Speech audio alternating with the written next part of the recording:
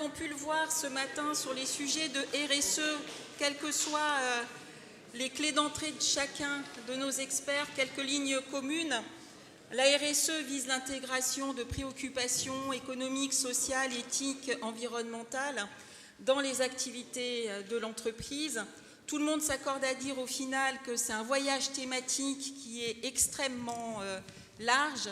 S'agit-il d'une fonction, d'un service dans une entreprise, d'une posture de gouvernance et de l'alignement managérial? Point d'interrogation. Sûrement que si on organisait un brainstorming, il serait très effervescent. En tout cas, en fond, c'est bien un thème de besoins et d'enjeux de compétences qu'il y a derrière. Donc les journées du futur zooment sur le lien RSE dans la préoccupation environnementale, notamment la transition écologique qui doit être opérée. Les journées du futur sont là pour se laisser inspirer. Ce matin, c'était se laisser inspirer sur des mises en œuvre. Il y a eu un voyage à travers différents secteurs. Là, nous allons nous laisser inspirer par les travaux d'études et prospectives. Et j'ai le plaisir d'accueillir donc Pierre Lamblin de l'APEC et donc Mathieu Carrier de l'OPCO Atlas. Mais je vais les laisser se présenter, comme ça ils vont aussi vous présenter leur clé de lecture, leur angle d'entrée dans les travaux qu'ils vont vous présenter. Mathieu, je vous laisse commencer. C'est moi qui vous le balle. Bonjour à tous et à tous. Donc effectivement, Mathieu Carrier, je suis directeur des politiques de branche au sein de l'OPCO Atlas. Vous en dire quelques mots, même si on a eu le plaisir d'intervenir les années passées, donc vous avez sans doute encore bon souvenir de nos interventions. Aujourd'hui, l'OPCO Atlas, ce sont 13 branches professionnelles qui regroupent 4 grands secteurs, le secteur de l'assurance, de la banque et de la finance, de l'expertise comptable et du conseil au sens étendu du terme, puisqu'on intègre dedans notamment les activités du numérique ou de l'ingénierie. Donc on couvre à peu près 200 000 entreprises et un peu plus de 2 millions de salariés aujourd'hui. Peut-être vous dire un mot, et puis après je céderai la parole du coup à Pierre, mais vous expliquer l'engagement aujourd'hui qui est celui de l'OPCO Atlas. On parle effectivement de RSE, de transition écologique. Alors nous, l'engagement sur la RSE, on était très présent historiquement sur le pilier lié à l'économique, le pilier lié au social, assez peu sur le pilier lié du coup à l'environnement. On s'y est attelé beaucoup à partir de 2021, puisque on nous a donné une nouvelle mission en tant qu'opérateur de compétences, qui est celle d'informer les entreprises et de les accompagner dans leurs projets d'adaptation à la transition écologique. Donc ça a été un nouveau challenge qui nous a été donné et qu'on a souhaité prendre à pleine main. Et notamment, on a réalisé du coup une étude pour pouvoir mesurer aujourd'hui l'impact de cette transition écologique au sein de chacun de nos secteurs, étude qu'on a livrée sur le premier semestre 2024 et dont tout au cours de mon intervention, je vais vous présenter du coup les résultats. Voilà, donc à tout à l'heure pour l'étude. Et Pierre ? Alors en quelques mots, je me présente donc, comme l'a évoqué Catherine, bonjour à toutes et à tous déjà.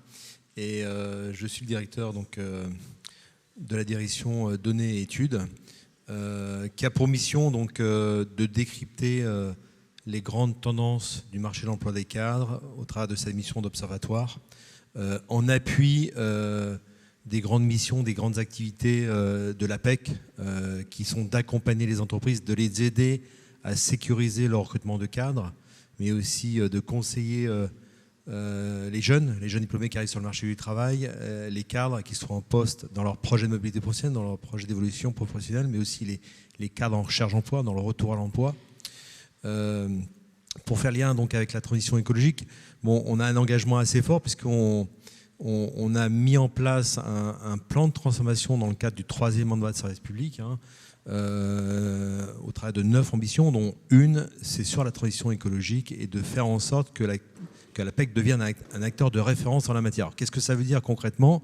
Ça veut dire concrètement traduire les impacts de la transition écologique dans les gestes métiers de nos consultants, dans l'accompagnement de tous les jours. Aujourd'hui, ce sont 700 consultants à l'APEC sur les 1100 salariés que compte l'APEC sur tout le territoire, dans les 70 centres que compte l'APEC.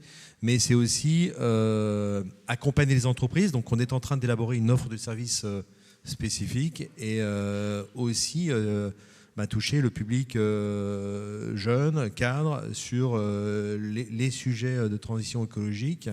Là aussi, les sensibiliser, comme on peut le faire aussi en interne auprès de nos salariés. Merci, merci Pierre et merci Mathieu. Donc nous allons faire des petits jeux de questions autour de 3 focus, un focus métier, un focus compétences et ensuite appui pour pouvoir agir en connaissance de cause. Donc le premier focus métier, c'est pour Mathieu avec l'étude. Vous avez fait un petit peu de teasing tout à l'heure. Je crois d'ailleurs qu'en termes de teasing, il y a une petite vidéo que vous allez pouvoir déclencher à travers la diapo.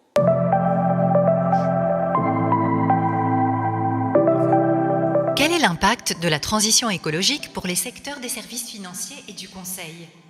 Quelles actions mener pour adapter les métiers, les compétences et les offres de formation ? Atlas répond à toutes ces questions avec une étude dédiée à ces sujets pour les secteurs de ces branches. La transition écologique, c'est quoi ? C'est l'évolution vers un nouveau modèle économique et social, un modèle de développement durable pour renouveler nos façons de consommer, produire et travailler pour répondre aux grands enjeux environnementaux. Dans cette étude, 4 thématiques sont développées.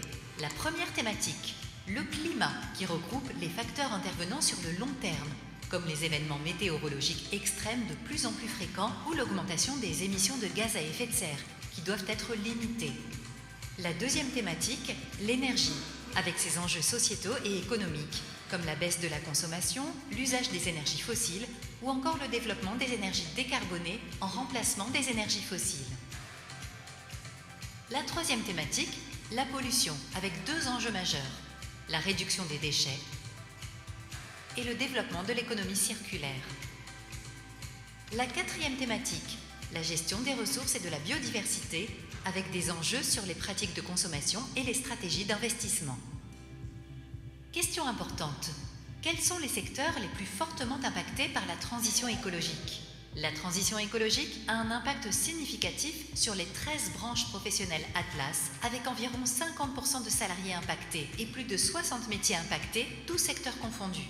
Dans l'étude Atlas, 8 secteurs d'activité ont été identifiés et chacun fait l'objet d'une fiche synthétique avec une analyse des enjeux et des impacts et des pistes d'action pour y répondre.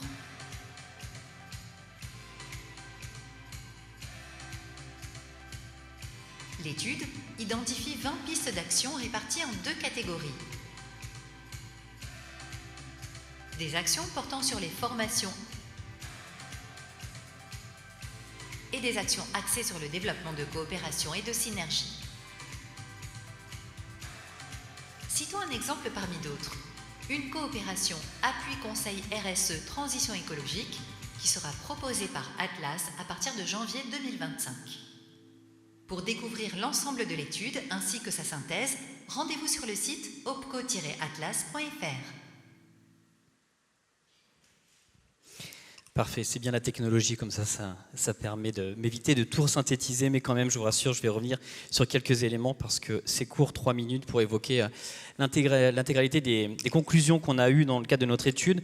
Je crois que vous avez eu un débat assez nourri ce matin sur les questions de définition. C'est vrai que quand on parle de RSE, de transition écologique, il y a beaucoup de termes qui viennent sur la table.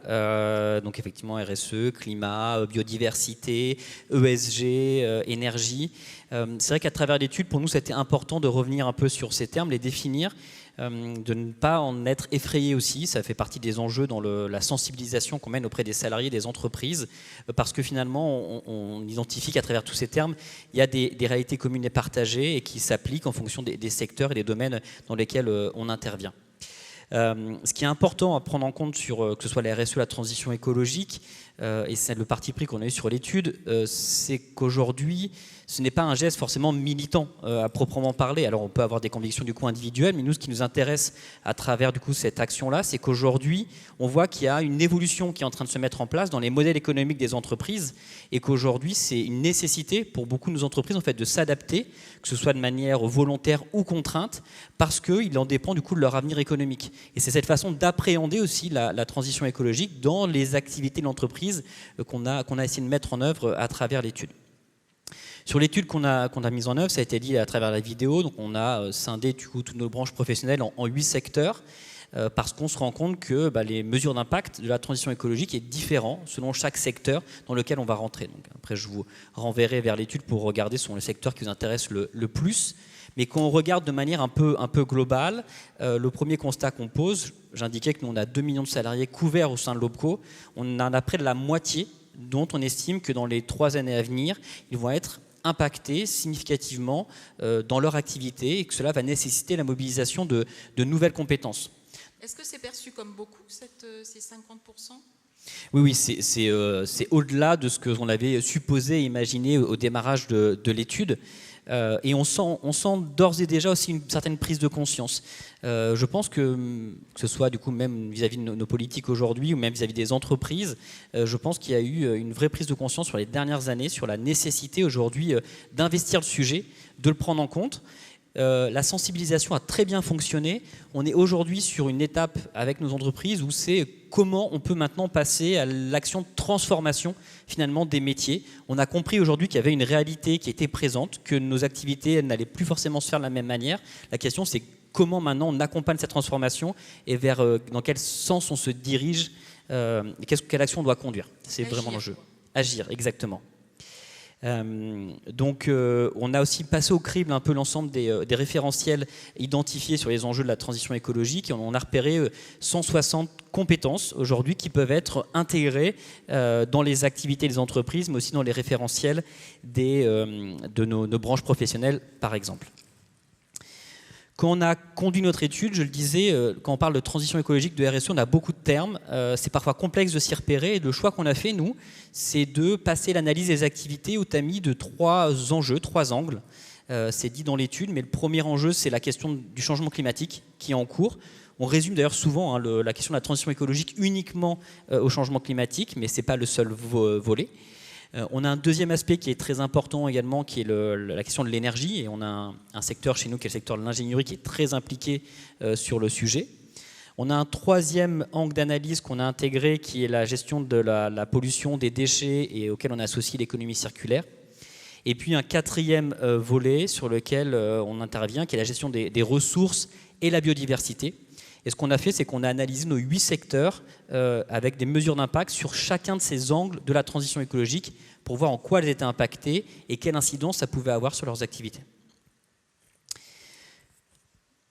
On peut illustrer sur un secteur ou ces changements ou ces impacts? Exactement. Alors du coup, il a fallu choisir parmi du coup, les 8 secteurs. Alors c'est écrit un peu petit, mais il y a une synthèse après.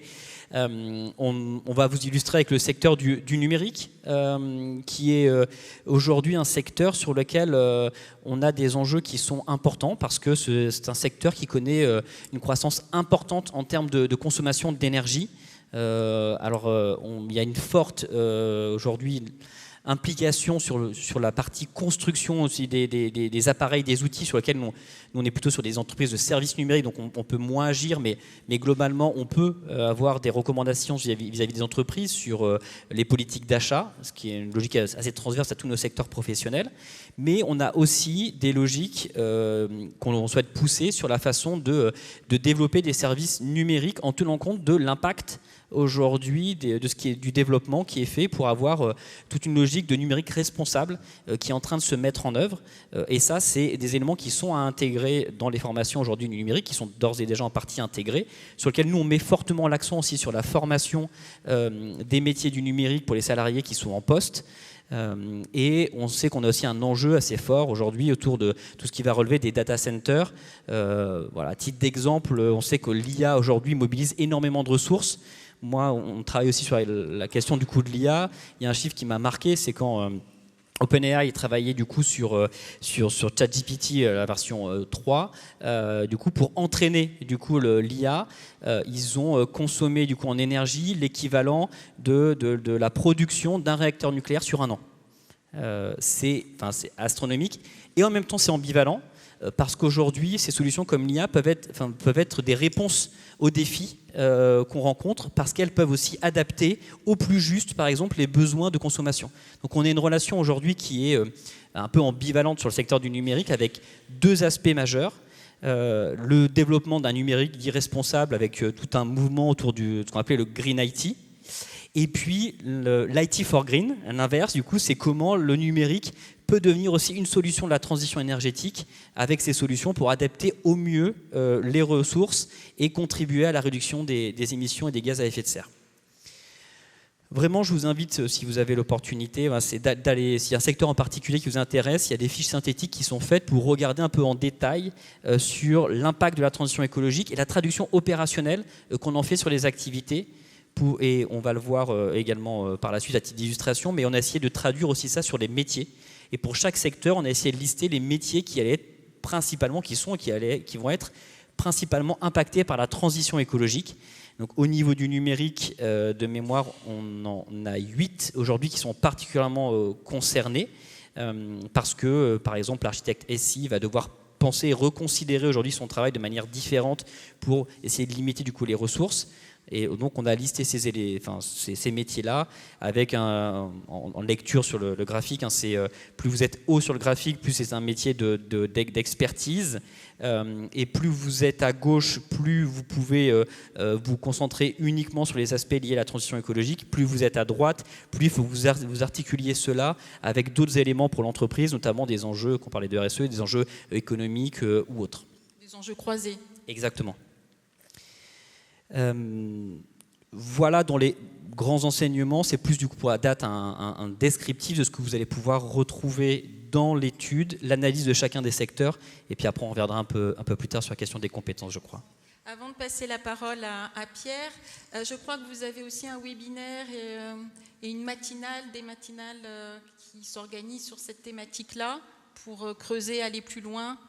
Oui, on a fait un grand webinaire au mois de septembre dont le replay est disponible, donc n'hésitez pas à aller voir sur le site de l'OPCO. Et puis, on verra comment on va l'exploiter. On a aussi, cette étude a été un travail d'1 an assez long, extrêmement riche, donc on sait qu'on a un enjeu d'appropriation de ces résultats. Et là, on est en train de travailler avec un partenaire qui s'appelle la Climate School, qui intervient beaucoup dans les grandes entreprises pour sensibiliser les salariés sur les enjeux de la transition écologique. Et on a travaillé avec eux pour faire des vidéos de 3-4 minutes sur chacun de nos secteurs pour expliquer justement quel est le défi du secteur, quels sont du coup les impacts sur chacun des angles que j'ai évoqués et quelles sont les réponses qui peuvent être apportées.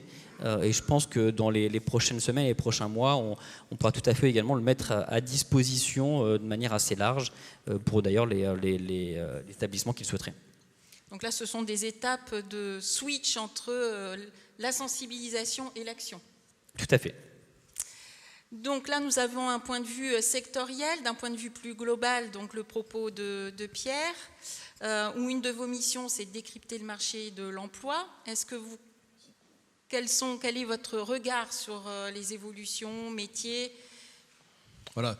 Mes propos, bien entendu, vont l'être avec le prisme cadre, puisque nous avons démarré les travaux spécifiques sur l'impact de la transition écologique, voire énergétique, sur l'emploi cadre. Maintenant, il y a 2-3 ans.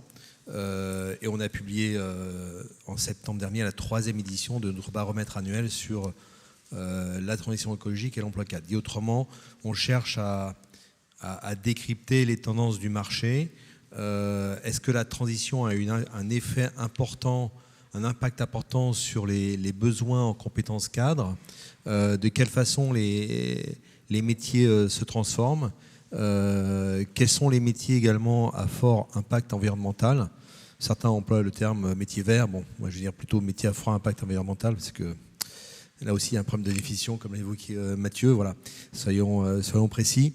Avant toute chose, rappeler donc jusqu'à présent, on a une dynamique pour le marché emploi cadre assez bonne, depuis l'après-Covid. Ça s'est traduit par davantage de création d'emplois. Donc l'effectif cadre ne cesse de croître. Il faut remonter quand même à 1993 pour retrouver les dernières destructions d'emplois quand même. Donc ça fait quand même plus de 30 ans déjà. Donc ça se porte bien. Qu'en est-il de la transition écologique et des métiers à fort impact environnemental? Là aussi, le nombre d'opportunités, et le graphique est assez parlant, vous le voyez ici projeté, donc le nombre d'opportunités pour les métiers à fort impact environnemental a été augmenté de plus 56% en l'espace de 5 ans, par rapport à un marché de plus 5%. Donc ça, ce sont les opportunités qui se présentent sur le marché. Donc on voit bien qu'il y a... Alors on part de pas grand-chose, hein. Ça reste quand même un marché de niche. On parle de 12 400 opportunités en 2023 par rapport à un marché aujourd'hui on a 330 000 recrutements de cadres dans le secteur privé en France, hein, une année record en 2023. On en aura peut-être autant cette année à voir.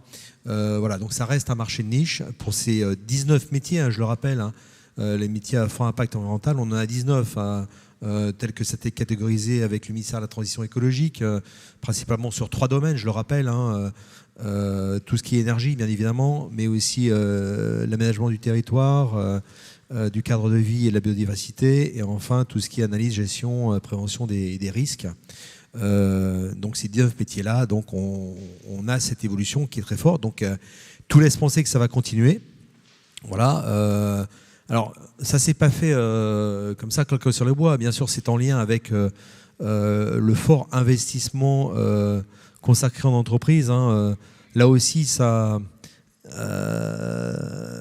a fortement progressé. Hein. Ce sont plus de 24 milliards d'euros qui ont été consacrés au développement durable par les entreprises du privé en 2023.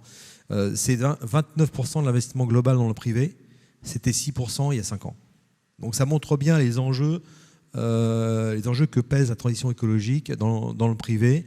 Et ça se traduit ici comme ailleurs. On l'a démontré par des études par le passé en matière de prospective, hein, un lien très fort entre investissement et recrutement. Dès lors que le moteur investissement est en panne, les recrutements se ralentissent et inversement. Donc là aussi, il peut y avoir des sources d'inquiétude pour si on se projette. On n'en est pas là, mais on y reviendra peut-être dans les questions de la fin. Mais voilà, en tout cas, sur les 5 dernières années, c'est plutôt bon signe, et c'est autant d'opportunités pour des jeunes et moins jeunes, je le rappelle. Voilà, il y a beaucoup d'opportunités qui se présentent pour des jeunes diplômés qui arrivent sur le marché du travail, hein, qu'on accompagne à l'APEC. C'est aussi notre mission à partir du niveau licence. À peu près de 20% de ces opportunités s'adressent à ces débutants, si je puis dire. Également, où sont-elles finalement? Bon, on retrouve assez classiquement, si je puis dire, les 3 grandes régions employeuses et recruteuses de cadres, à des degrés moindres, puisque ça se répartit de manière plus étalée sur tout le territoire métropolitain, mais quand bien même Île-de-France, Aura et PACA, c'est une offre sur 2 quand même. Voilà, faut pas se tromper. L'Île-de-France, c'est précisément 27% des offres dans ces métiers à fort impact environnemental. Mais si on regarde l'ensemble des cadres, l'ensemble des recrutements, c'est un recrutement sur 2 en Île-de-France, hein. Tout secteur, toute fonction confondue. Voilà, donc on voit bien que ça l'est moins et que c'est plus éparse, si je puis dire. Bien évidemment, c'est le secteur des services qui est le premier recruteur en la matière, d'où la présence de Mathieu, bien évidemment.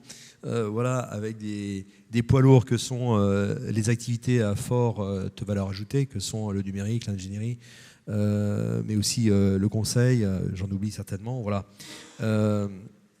L'industrie n'est pas en reste, bien sûr, quand on pense aux investissements très importants dans la fabrication de batteries de véhicules électriques, par exemple, ou d'éoliennes. L'écart est important quand même. 75%. Oui, 75% dans les services et seulement 15% dans l'industrie. Là, on retrouve finalement le poids qu'on a si l'on considère l'ensemble des recrutements, toutes fonctions confondues. Hein. C'est un peu la même photographie. Alors, moi, je dis souvent, ne cherchons pas à opposer, comme c'est trop souvent le cas en France, à opposer les genres. L'industrie n'existerait pas dans le sens des services et réciproquement. Voilà, les deux sont extrêmement liés. Voilà, donc voilà, j'en dis pas plus, sinon on part dans un débat. Et enfin, non, ça c'est pour la suite. Ça viendra après. C'est pour le Zoom compétences. Oui, ce sera pour les compétences. Voilà. Eh bien justement, parlons-en, compétences. On a fait un zoom métier plutôt. Pour vous, les compétences cruciales, alors je m'adresse à vous d'un point de vue global, Pierre. Est-ce que vous voyez des compétences, une cartographie de compétences type qui s'adresse à tous les secteurs? Lesquels? Peut-être aussi, si vous souhaitez l'illustrer sur un domaine comme la RH. Exactement, je vais donner quelques exemples dans le domaine des ressources humaines, mais aussi la logistique. J'ai parlé des métiers à fort impact environnemental, mais ne pas oublier aussi tous les métiers, bon là aussi avec le prisme cadre, tous les métiers cadres, mais de manière générale, l'ensemble des métiers vont être impactés d'une manière ou d'une autre, plus ou moins rapidement par la transition écologique. Là aussi, c'est une question de temps. Ils le sont déjà beaucoup. Prenons l'exemple des achats. Aujourd'hui, on achète différemment de ce qu'on faisait il y a 5, 10 ans, 20 ans, bien évidemment, de façon aussi plus durable, dans une logique de politique RSE de l'entreprise. Donc, je dirais que, et je suis convaincu, enfin je ne suis pas le seul, enfin, on est tous convaincus dans cette salle, très certainement, que l'ensemble des métiers vont être impactés plus ou moins rapidement. Et d'ailleurs, nous avons interrogé les cadres récemment, et on les interroge régulièrement, et 2 cadres sur 3 jugent que la transition écologique aura un impact sur leur métier. Hein, ils en sont convaincus. On leur a posé la même question également sur l'impact de l'IA, des IAG, sur leur métier. Ils en sont convaincus également. Et ils réagissent plutôt de façon positive, de façon optimiste. Donc ils sont convaincus que ça va transformer leur métier, ça va apporter beaucoup de bénéfices. Et ça va redonner du sens pour certains dans leur travail, dans leur mission, revisiter quelque part leur façon de travailler, leur geste de métier, etc. Donc ça c'est intéressant, et vous le voyez, la partie qui juge que ça va impacter fortement, c'est quand même 14%. Donc c'est pas neutre. Cela allié aussi au fait que, bon, j'ai pas de slide là-dessus, mais je peux vous le dire à l'oral, que de plus en plus de cadres ne rejoindraient pas une entreprise dont les activités sont néfastes pour l'environnement. Hein, ils sont de plus en plus nombreux. Aujourd'hui, c'est un cadre sur 2. C'est 3 cadres sur 4, pardon. 3 sur 4. Donc c'est pas neutre. Et ça, c'est vraiment à prendre en compte quand on est patron d'entreprise, quand on est recruteur, manager. Vous connaissez l'importance de l'image employeur. Bon, je rajouterai la promesse employeur aussi, c'en est une autre. Je ne vais pas aller sur ce débat. Mais voilà, d'où l'enjeu sociétal que ça représente pour les entreprises, pour justement attirer des talents, attirer les compétences dont elles ont besoin pour accompagner leur développement, mais aussi les garder. Il y a un enjeu de fidélisation derrière. Quand vous savez que le marché est dynamique, comme je l'ai évoqué, le rapport de force aujourd'hui, il est en faveur du candidat. Donc il n'hésite pas à démissionner, surtout quand il a moins de 35 ans. Hein, je donne simplement un chiffre, 42% des moins de 35 ans démissionnent dans les 2 années suivant leur embauche. Ça, on l'a mesuré sur 10 ans, 42%.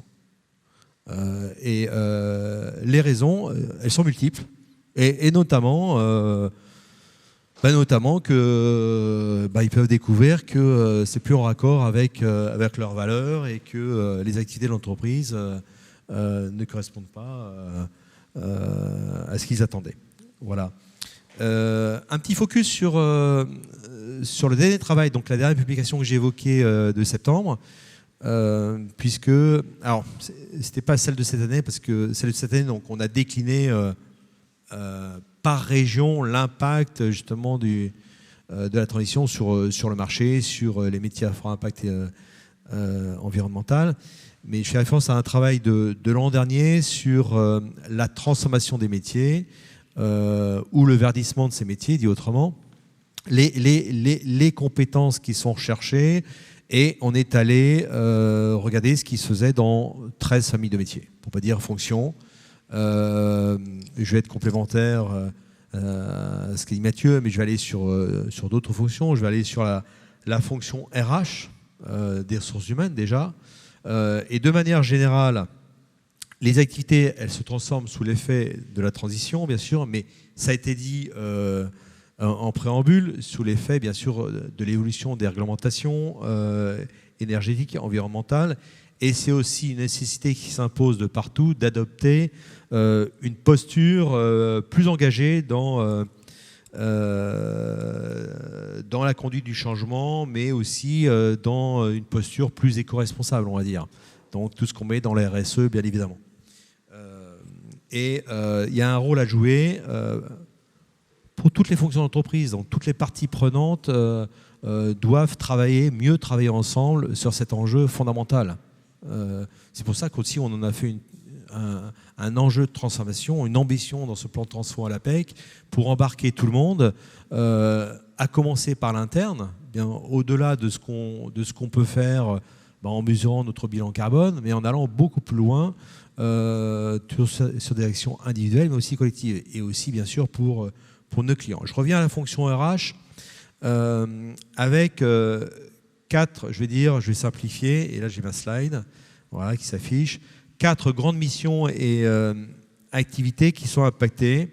Il y a ces sujets de normes, bien sûr, normes ISO de 26000 RSE, et bien sûr les réglementations environnementales, développement durable qui vont avec. Également, convaincre, c'est un rôle important qu'on attend de cette fonction, convaincre que la transition devient un atout de la marque employeur que j'ai évoqué, de l'entreprise, justement pour changer les pratiques en matière de recrutement, mais aussi de management, de fidélisation. Pour moi, tout est lié. On a beaucoup publié sur le sujet.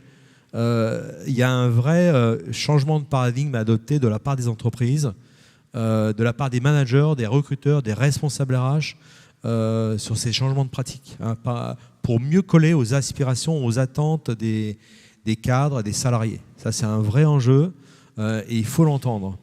C'est aussi identifier les formations initiales pour repérer des jeunes talents, mais aussi repérer les formations continues pour accompagner les salariés qui sont en place. Sachant qu'il y a une forte attente, quand on interroge les cadres sur ce sujet, vous avez un cadre sur 2 qui est en attente d'accompagnement, de formation sur ces sujets que sont la transition écologique, voire même l'intelligence artificielle. Aujourd'hui, c'est un empilement, on est sur un empilement de couches, si je puis dire, sur deux sujets qui s'accélèrent. Et il faut laisser le temps à digérer tout cela, accompagner comme il se doit, pour justement faire en sorte que les métiers évoluent, se transforment par petites touches, et ça ne se fait pas comme ça du jour au lendemain. En tout cas, c'est ce qu'expriment les cadres fortement. Et pour le traduire ici sur le graphique, donc on a un certain nombre de graphiques, un graphique par fonction, qui présente les compétences à impact positif. Je ne vais pas tout commenter parce que sinon j'y passerai une demi-heure. Donc je vais juste prendre les deux extrêmes. Donc la grosse bulle, ça montre l'importance de la compétence telle qu'elle est recherchée aujourd'hui, telle qu'elle est exprimée dans les offres d'emploi qui sont publiées par les entreprises. Et on voit bien aujourd'hui, et c'est la grosse bulle de droite tout en haut, la mise en place, savoir mettre en place, déployer une politique RSE, c'est la compétence aujourd'hui la plus recherchée. Bon,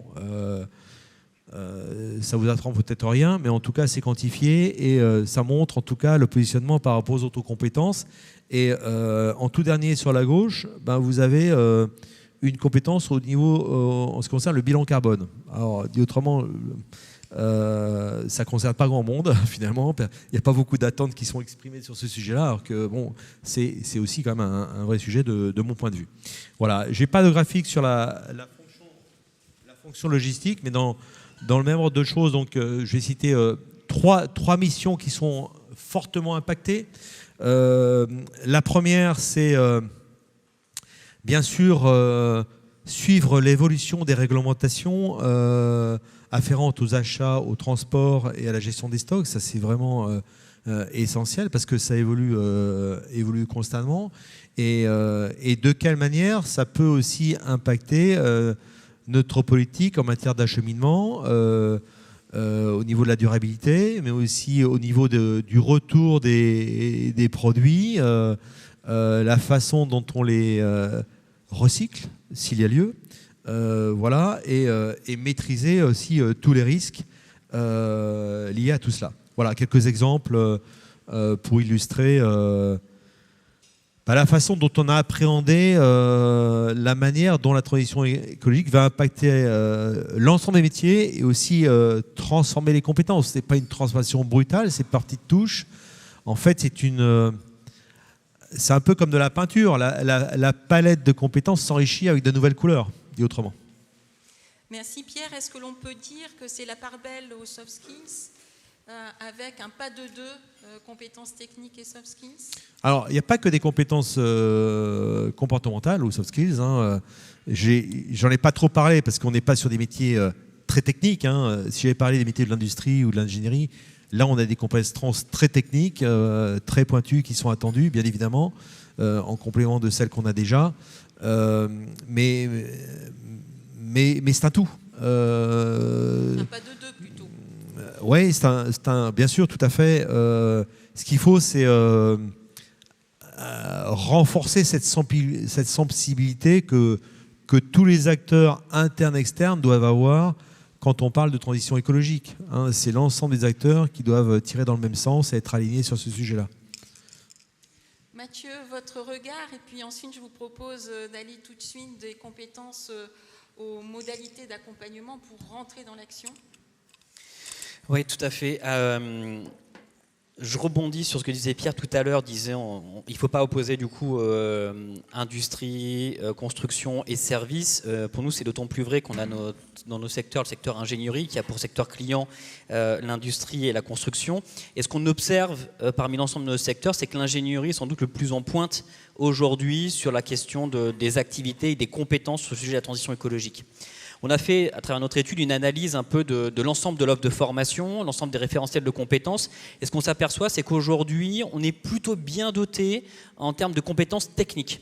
On sait les identifier, on sait les mobiliser aujourd'hui, développer les nouvelles sources d'énergie, inventer ces démarches, accompagner la rénovation des bâtiments. C'est identifié parce que historiquement, on attend ces secteurs-là pour aller sur du coup, la transition écologique. Et donc c'est présent, il y a une maturité qui est là.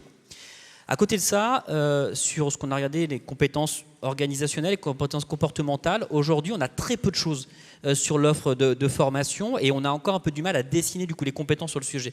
Donc là, c'est vraiment pour nous un défi.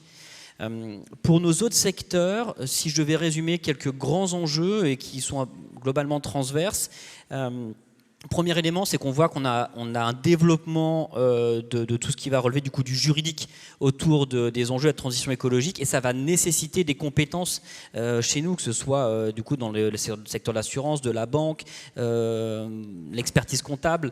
Et ça, c'est le premier élément. Donc vraiment, il y a un développement en tout cas des normes, de la réglementation sur le sujet qui nécessite des compétences nouvelles. Premier élément. Deuxième élément, on a aussi le développement du coup, de tout ce qui va être du reporting extra-financier, de la valorisation des entreprises, de leurs actions en faveur de la transition écologique. Et ça va demander aussi des compétences spécifiques dans l'analyse et le traitement des données. Alors, on avait historiquement alors que ce soit des actuaires du côté de l'assurance, que ce soit des data analysts par ailleurs, mais là on leur demande aujourd'hui des compétences nouvelles pour associer ces compétences-là techniques à la compréhension des enjeux de la transition écologique et la valorisation des actions des entreprises sur le sujet. Et ça, c'est assez significatif. On voit qu'il y a des besoins, et on verra dans les réponses formation qu'on propose, il y a ces éléments-là. Puis le troisième élément, je l'ai dit, mais le numérique a aussi une révolution qu'il a entamé à faire, mais avec une logique de numérique responsable, et j'ai oublié de l'évoquer tout à l'heure, mais nous on a notamment fait enregistrer un nouveau métier qui est le métier de responsable de l'empreinte numérique des entreprises, du responsable Green IT, sans savoir si c'est un métier qui va s'installer durablement ou si ça va être une activité associée à des métiers déjà présents. Mais on voit qu'en tout cas, le numérique doit faire partie des solutions sur les enjeux de la transition écologique dans les années à venir. Merci. Vous continuez sur les appuis possibles pour... C'est moi qui garde la main, d'accord. Voilà. Donc, une fois qu'on a posé un certain nombre de constats, la question, ça va être comment nous, en tant qu'OPCO, en tant qu'organisation, on peut accompagner les entreprises à prendre en compte cette transition écologique. Donc, dans notre logique, on a 3 temps d'accompagnement pour les entreprises. Aujourd'hui, on essaye d'initier la transformation des entreprises, de leur modèle économique. On propose aujourd'hui un autodiagnostic de maturité aux entreprises pour se positionner sur leur maturité par rapport à la transition écologique. On a accompagné un peu plus de 1500 entreprises à travers cet autodiagnostic avec des solutions, des recommandations qui sont faites. On a des actions de sensibilisation, on l'évoquait, vraiment le premier mouvement qu'on a fait à partir de 2021, c'est vraiment cette logique de dire il faut que les gens prennent conscience de ce qu'est la transition écologique, ce qu'elle revêt et comment individuellement on peut aussi agir. Donc là aussi, on a déployé depuis 2022 tout un mouvement de fresques, plus de 5000 participants l'année dernière aux fresques du climat. On a aussi la fresque du numérique, de la biodiversité, dans nos actions clés en main. C'est une démarche qui doit être aussi faite conjointe avec des acteurs qui sont identifiés et reconnus sur le sujet. On travaille beaucoup avec l'ADEME, avec BPI France pour proposer après des accompagnements qui sortent du champ de l'OPCO. Le deuxième mouvement, une fois qu'on a passé ce stade de la sensibilisation, donc c'est aller creuser par secteur, par famille de métiers, qu'est-ce que revêt cette transition écologique, comment on peut l'accompagner, quelles solutions opérationnelles on peut lui proposer pour la famille des RH, pour les familles par exemple des achats, qui est vraiment aussi là un fil rouge sur tous nos secteurs professionnels. Il y a beaucoup d'éléments qui vont être transformés dans les entreprises à travers la politique d'achat qui est mise en œuvre. Et puis, ça a été dit dans la vidéo, on propose à partir de janvier une prestation autour de la RSE, notamment pour les petites et moyennes entreprises qui n'ont pas forcément les moyens pour consacrer un poste sur le sujet. Et donc, ils vont être accompagnés pendant 6 jours par un cabinet expert sur le sujet. Et puis après tout ça, doit se traduire de manière opérationnelle dans ce qui est notre cœur de métier, donc le plan de développement des compétences qui est adapté pour les salariés, la recherche de cofinancement, le développement de solutions, à travers notamment l'alternance.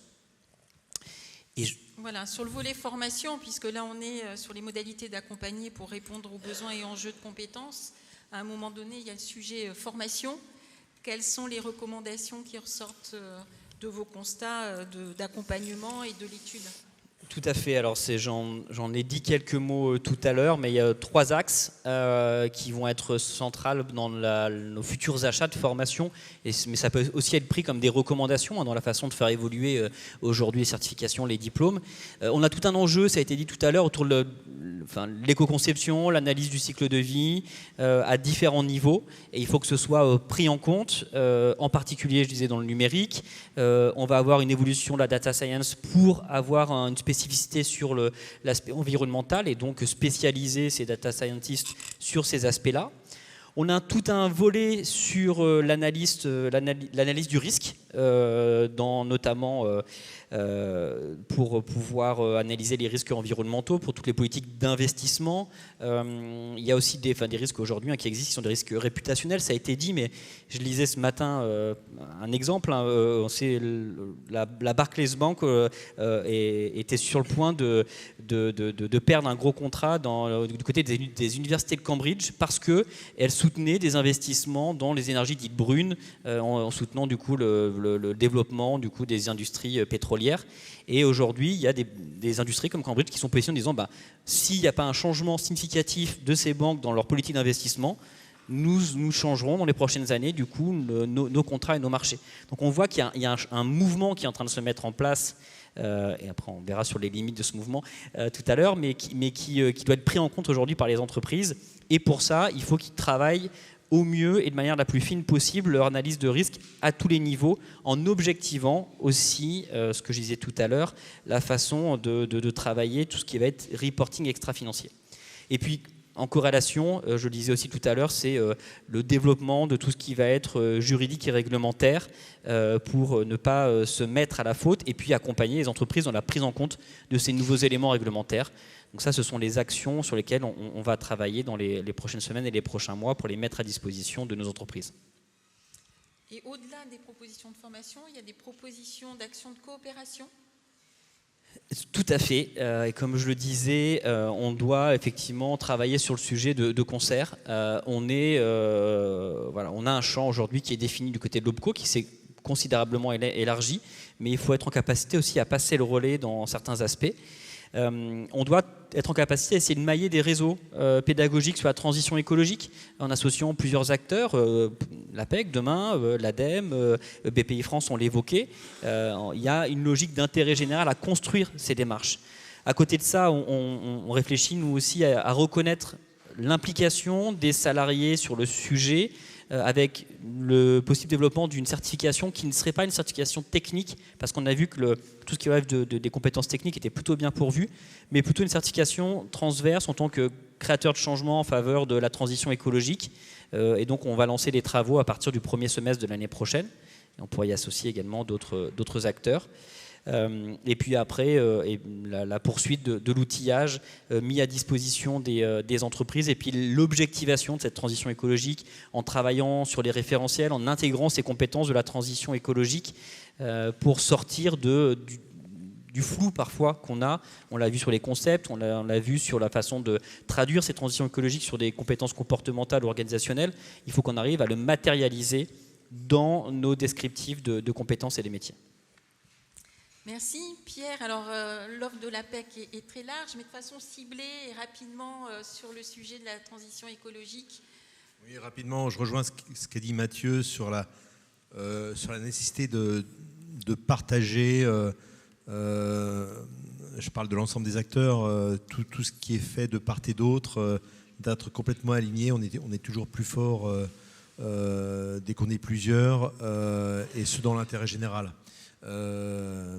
Plus ciblé donc sur la transition écologique, j'ai évoqué bien sûr des actions déjà en interne de sensibilisation auprès de nos salariés, de nos consultants.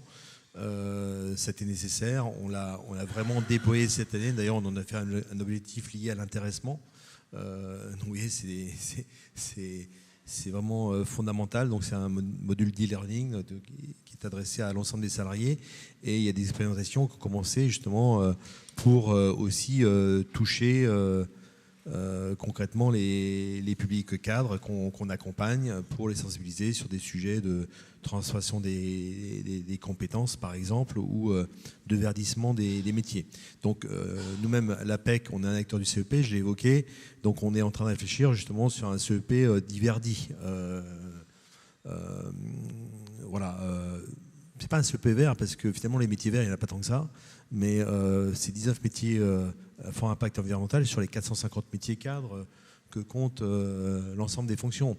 Mais en revanche, l'ensemble des métiers vont se verdir. Donc on est en train de réfléchir à ce qu'on va mettre dans le CEP Verdi, justement, pour accompagner plus efficacement les cadres et leur apporter des réponses aux questions qui se posent surtout. Et de la même façon, j'ai évoqué donc une offre de service dédiée aux entreprises. Là aussi, elle est en réflexion.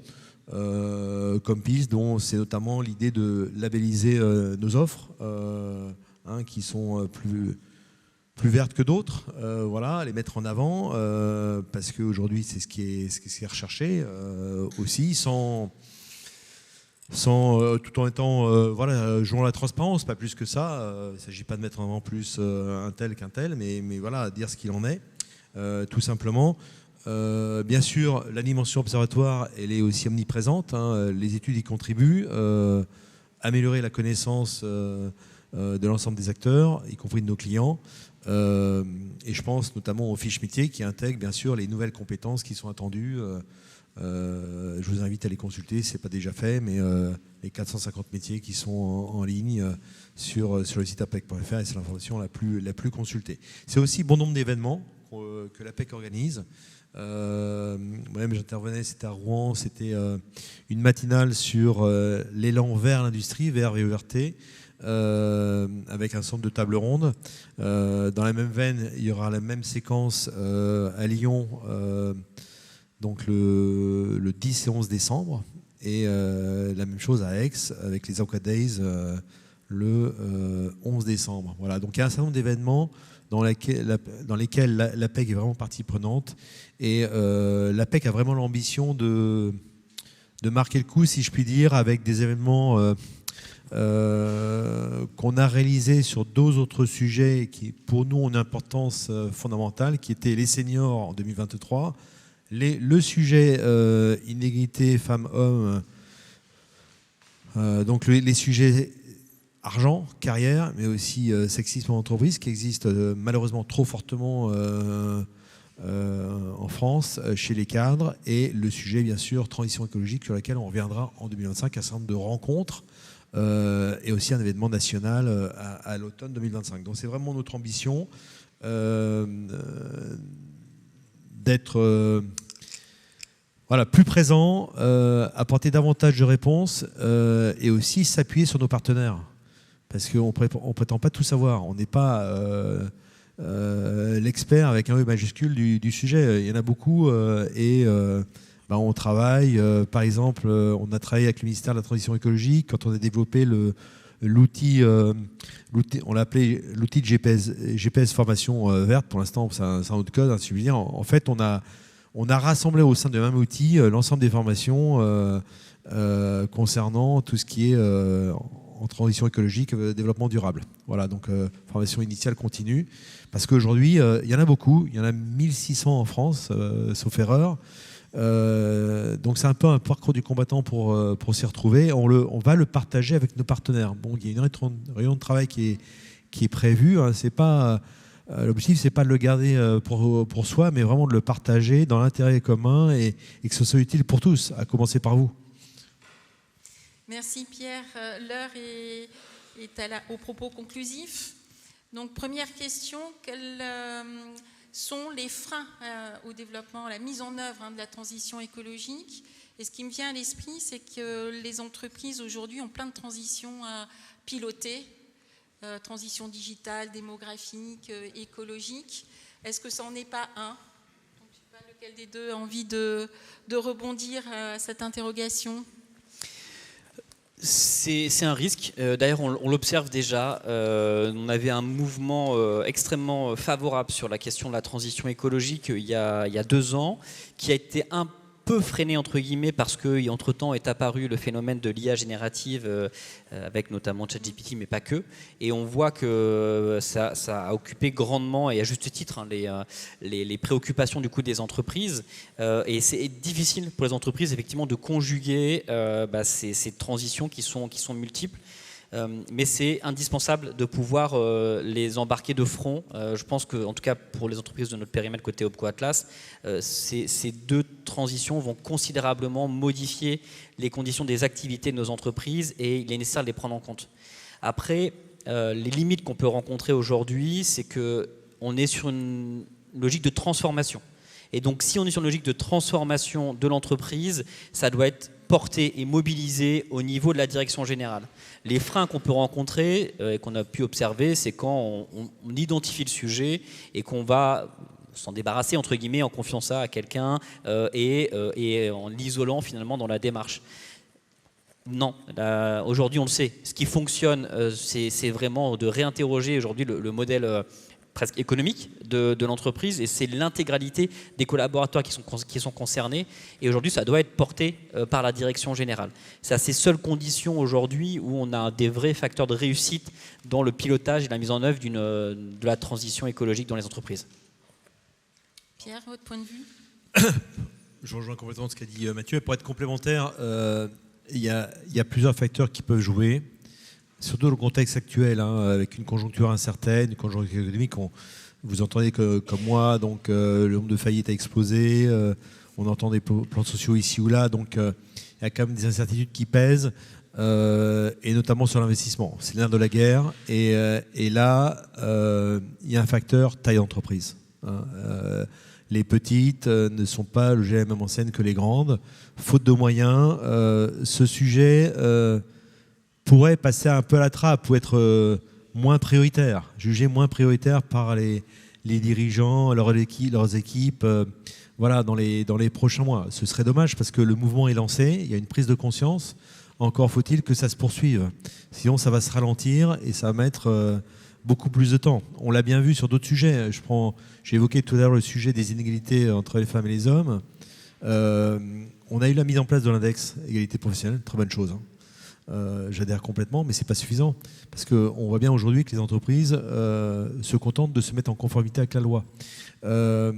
Et elles n'en font pas plus. Pour autant, l'écart de salaire n'a pas bougé en 15 ans. On est toujours à 7%, à poste et profil identiques. Et autrement, les hommes gagnent 7% de plus que les femmes. Donc on voit bien, donc s'il n'y a pas, quand même il y a un dispositif législatif, ça ne suffit pas.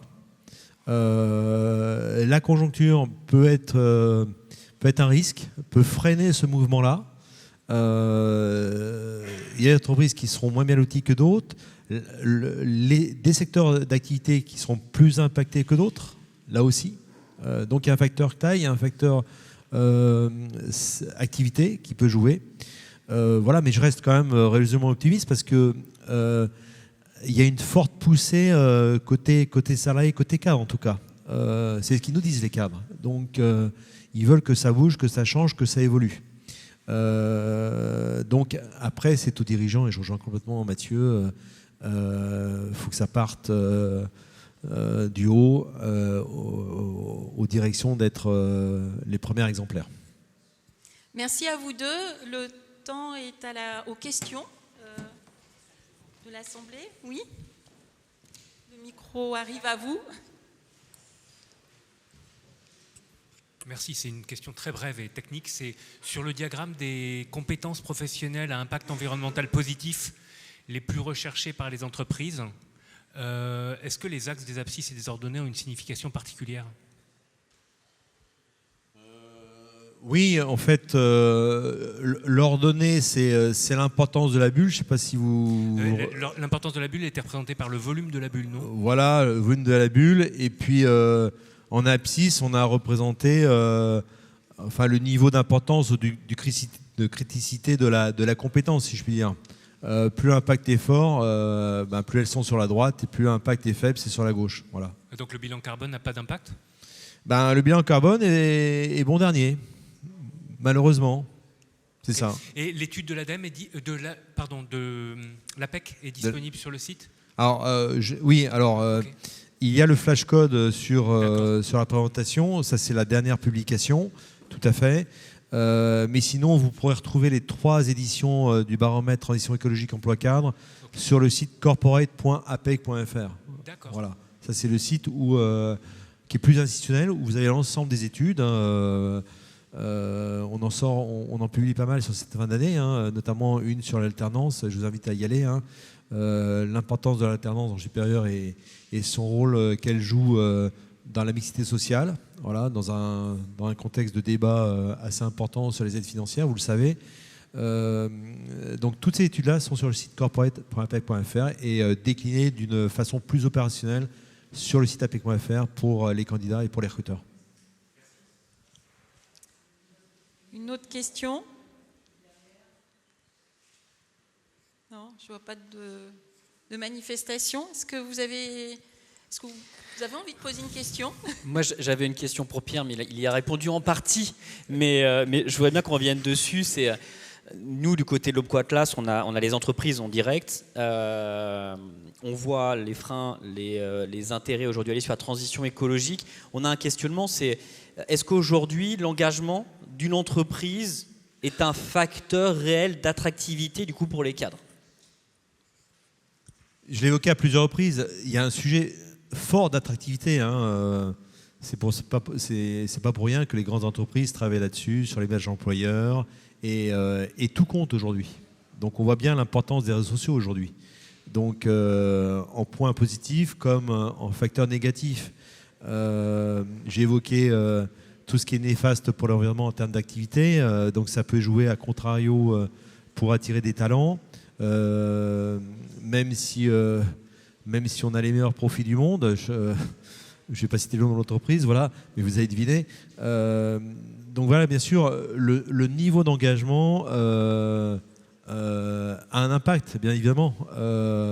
Donc communiquer là-dessus, sur les actions qui sont conduites par l'entreprise, et trop peu d'entreprises, je ne l'ai pas évoqué, mais trop peu d'entreprises aujourd'hui ont véritablement des actions concrètes pour réduire d'une certaine façon leur empreinte écologique ou avoir une politique plus éco-responsable. Donc voilà. Donc communiquer sur ces bonnes pratiques. Bon, il y a communication et communication, vous allez me dire. Donc voilà, on peut être langue de bois, mais dès lors qu'on est sur du concret, ça paye justement pour attirer, fidéliser et mieux manager les compétences dont on a besoin. Merci encore à vous deux, à vous tous, Merci à vous tous. et bonne continuation.